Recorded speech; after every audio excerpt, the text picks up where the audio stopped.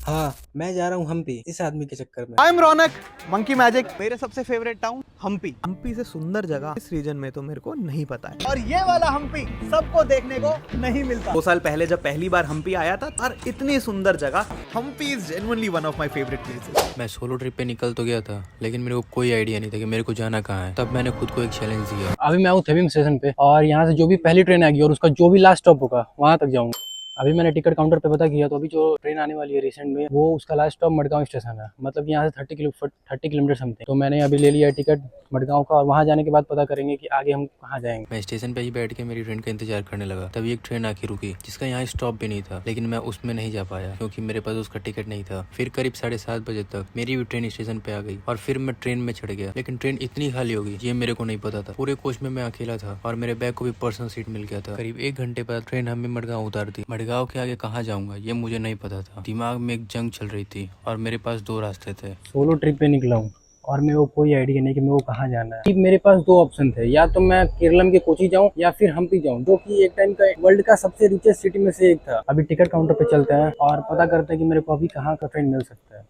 मैं ticket counter पे गया तो पता चला ट्रेन 2.5 घंटे बाद की है और टिकट भी 1 घंटे बाद ही मिलेगा। अब 2.5 घंटे इस अनजान स्टेशन पे काटने थे, तो मैं चुपचाप वेटिंग हॉल में जाकर बैठ गया और टिकट मिलने का इंतजार करने लगा। 1 घंटा बीतने के बाद जैसे तैसे टिकट मिला और मैं सीधे प्लेटफॉर्म की तरफ निकल गया। और हम्पी का भी मेरे को डायरेक्ट ट्रेन नहीं मिला है, मेरे को कनेक्टिंग ट्रेन मिला है। मैंने टिकट ले लिया है, अभी चलते हैं हम्पी। हमारी ट्रेन रात के 11:30 बजे है और अभी टाइम हो रहा है 10। अभी हमारे पास काफी टाइम है। मैं प्लेटफॉर्म पे जाके ट्रेन के आने का वेट करने लगा। करीब 1.5 घंटे के लंबे इंतजार के बाद हमारी ट्रेन आई। कोच में भीड़ थी पर कैसे तैसे करके मुझे बैठने को सीट मिल गई। अगला रास्ता लंबा था, पूरी रात मैंने उसी सीट पर बैठ के बिताई। रात भर के सफर के बाद सुबह के ठीक 4:30 बजे ट्रेन ने मुझे हुबली छोड़ दिया। अगला पड़ाव हॉस्पिटल था, पर उसके लिए नेक्स्ट ट्रेन सुबह 6:30 बजे थी। 2 घंटे का गैप फिर भी सामने था। हुबली जंक्शन पर ठंड बहुत ज्यादा थी, तो सबसे पहले मैंने एक मस्त गर्म चाय पी और स्टेशन पर एक चेयर देखकर बैठ गया। नेक्स्ट लेवल ठंडी लग रही है भाई, सुबह सुबह का टाइम है और बहुत ज़्यादा ठंडी लग रही है। अभी हो रहे हैं सुबह के 5 और मैं हूँ कर्नाटक के हुबली जंक्शन पे। आप मेरे पीछे जो ट्रेन देख रहे हैं, मेरी आई की जर्नी उसी ट्रेन से होने वाली है।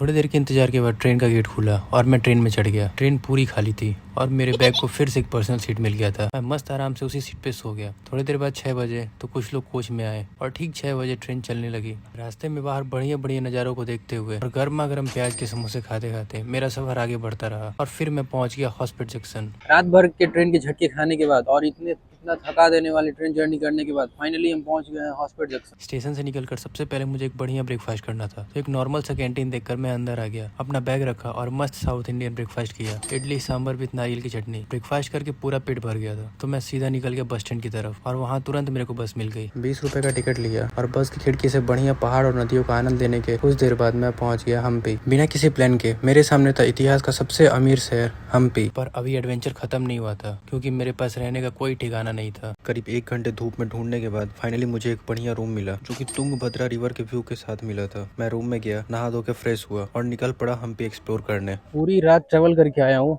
और ट्रेवल के टाइम मेरे को लग रहा था कि मैं पूरा थक चुका हूँ, लेकिन ये मंदिर देखने के बाद भाई पूरा थकान मेरा एकदम खत्म हो चुका है। बाहर से ऐसा व्यू है तो अंदर से कैसा होगा ये देखने के लिए मैं धीरे धीरे आगे बढ़ा। अपने जूते काउंटर पर जमा करके जैसे ही मैंने मंदिर के कॉरिडोर में कदम रखा, वहाँ का नजारा देखकर मैं दंग रह गया। बाहर का व्यू देख के मेरे को तभी अंदाजा हो गया था कि अंदर का व्यू भी बहुत ही तगड़ा होने वाला है। मंदिर के मेन हिस्से में वीडियो अलाउड नहीं था, तो मैं कैमरा बंद किया, अंदर गया, फिर दर्शन करके दूसरे गेट से बाहर आ गया और निकल पड़ा पैदल ही अपने नेक्स्ट डेस्टिनेशन की तरफ। रास्ते में हरा भरा जंगल आया, बड़े बड़े पथरीले पहाड़ दिखे और साथ में बहती हुई नदी। करीब 1.5 किलोमीटर का लंबा पैदल रास्ता तय करने के बाद फाइनली मैं अपने मेन डेस्टिनेशन पे पहुंच गया। मैंने फटाफट यहाँ से एंट्री टिकट लिया और अंदर चला गया। जिस 50 रुपए के नोट को आप अपने जेब में ले घूमते हैं, उस पे बना ऐतिहासिक धरोहर जस्ट मैं उसके सामने खड़ा हूँ। रथ को देखने के बाद मैं सीधा वित्थला टेम्पल के अंदर चला गया। भाई वहाँ का भी सब नज़ारा एकदम बढ़िया और देखने लायक था। पत्थरों पर की गई वो कारीगरी देखकर लग रहा था जैसे कोई पुरानी दुनिया में आ गया हूँ। वहाँ थोड़ा एक्सप्लोर करने के बाद मैं निकल पड़ा किंग बैलेंस की तरफ और वहाँ पहुँच के उस पूरी जगह को ध्यान से देखा। हम्पी को घूमते घूमते अब शाम ढलने वाली थी और मुझे हर हाल में मातंगा हिल के सबसे ऊंची चोटी से यहाँ का वर्ल्ड फेमस सनसेट देखना था। सूरज डूबने में कुछ ही देर बचे थे। भाई हम्पी का सबसे क्रेजी सनसेट देखने निकला था, पर मुझे क्या पता था ऊपर मेरा सामना बंदरों के पूरे गैंग से हो जाएगा। बहुत ज्यादा ऊपर चढ़ना है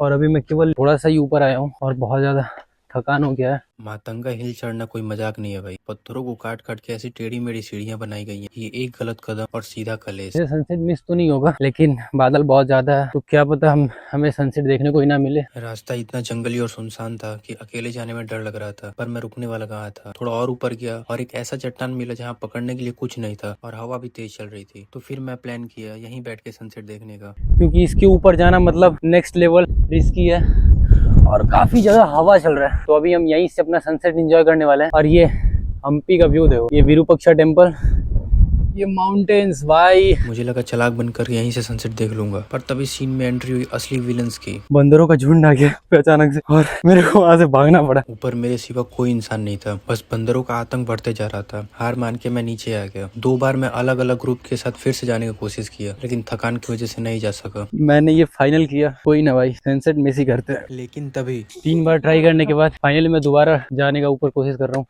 मेरे को 2 भैया लोग मिले हैं। इन्होंने मुझे ऐसा मोटिवेट किया कि मैं सब डर भूल के दोबारा से चढ़ने की कोशिश करने लगा। थोड़ी देर बाद कुछ और ग्रुप्स मिले और हम आगे बढ़ने लगे। मातंगा हिल के इतने कठिन कठिन रास्तों को क्रॉस करते हुए फाइनली हम पहुंच गए टॉप पे। और जब मैं ऊपर पहुंचा, क्या ही कहना, पूरे हम्पी का 360 व्यू दिख रहा था। फिर मैं मस्त बैठ के सनसेट देखा और एक मस्त कॉफी पी। जैसे जैसे सनसेट हो रहा था पूरे हम्पी का नज़ारा बदल रहा था। ऐसा लग रहा था जैसे किसी ने सोना बिखेर दिया हो। ये नज़ारा देखने के बाद मेरी पूरी थकान गायब हो गई थी और उसके बाद वीरभद्रा मंदिर में दर्शन करके नीचे के लिए चल पड़ा। नीचे आते आते एकदम काला अंधेरा हो गया था। जैसे तैसे मैं नीचे आया, डिनर किया और रूम में जाके सो गया। सुबह सुबह सो के उठने के बाद सबसे पहले मैं अपना रूम खाली करता हूँ और बैग को वहीं ओनर के घर पे रख देता हूँ और सीधे आ जाता हूँ साइकिल रेंट करने के लिए, क्योंकि कल इतना चलने के बाद मेरे पैरों ने जवाब दे दिया था। थोड़ा सा बार्गेनिंग करने के बाद मेरे को 150 में साइकिल मिल जाती है। अब पूरे दिन के लिए साइकिल मेरी थी, लेकिन एक बड़ी प्रॉब्लम हो जाती है, मैं नहाना भूल गया। तभी ख्याल आया तुंगभद्रा रिवर भी तो है, तो मैं सीधे चला गया तुंगभद्रा रिवर में डुबकी लगाने। मस्त आधे घंटे नहाने के बाद मैं वहां से निकला और करीब 4 किलोमीटर हम्पी के इन सुंदर सुंदर रास्तों में साइकिल चलाने के बाद मैं पहुंच गया क्वींस बात। लेकिन एक दिक्कत हो गई, अभी मेरे को अंदर जाने का गेट नहीं मिल रहा है। फिर मेरे को गेट मिला और मैं अंदर गया और वो दीवार पे कलाकृतियां देख के मैं देखता ही रह गया। अब मानो या ना मानो, लेकिन ये स्विमिंग पूल ही था, विजयनगर साम्राज्य के महारानियों का स्नान घर। अब वहाँ मेरे 1 घंटे कैसे निकल गए मुझे पता ही नहीं चला। थोड़ी देर बाद मैं बाहर निकला और पहुंच गया क्वींस पैलेस, जहाँ मेरे साथ एक कांड हो गया। मैं जो कल टिकट लिया था वो कल ही एक्सपायर हो गया था। तो फिर क्या, मैंने दोबारा ऑनलाइन टिकट लिया और सीधे अंदर चला गया। लेकिन मेरे को सुनने को मिला था कि यहाँ पे 3 वॉच टावर है, लेकिन मेरे को अब तक एक ही दिखा था। थोड़ा आगे बढ़ने के बाद मुझे दिख जाता है लोटस टेम्पल, जो कि कमल के पत्तियों जैसा था। इंडो इस्लामिक आर्किटेक्चर का ये महल का खूबसूरती देखने के बाद पहली बार मुझे पता चला कि हाथियों का भी एक घर होता है। अब एक हाथी के लिए इतना बड़ा रूम देख के मैं शौक तो हो ही गया था, लेकिन बाहर से जो आर्किटेक्चर था वो देख के तो और ही मैं शौक हो गया था। लड़ाइयों में लगभग शायद 900 करीब हाथी लेके जाते थे राजा। और यहाँ पे जो हाथियाँ रहते थे 11 हाथी, ये केवल फेस्टिवल्स के लिए होते थे। जो भी यहाँ पे फेस्टिवल होता था उसके लिए। मैं हम्पी में था और मुझे पता चला तुंगभद्रा रिवर के उस पार अंजनाद्री हिल पे हमारे हनुमान जी का जन्म हुआ था। फिर गया, मैं पहुंच गया तुंगभद्रा रिवर के पास, फिर बोट लिया और इस पार आ गया। मंदिर का डिस्टेंस 6 किलोमीटर था। रास्तों का आनंद लेते लेते मैं पहुंच गया था अंजनाद्री हिल के बेस पर। राम जी और हनुमान जी की पहली मुलाकात भी इसी जगह पे हुई थी। अब ऊपर जाने के लिए तो मुझे पूरे 575 सीढ़ियां चढ़ना था। आधे रास्ते पहुंचने पर शरीर साथ छोड़ रहा था, तभी मेरे कानों में सुनाई देती है जय श्री राम की गूंज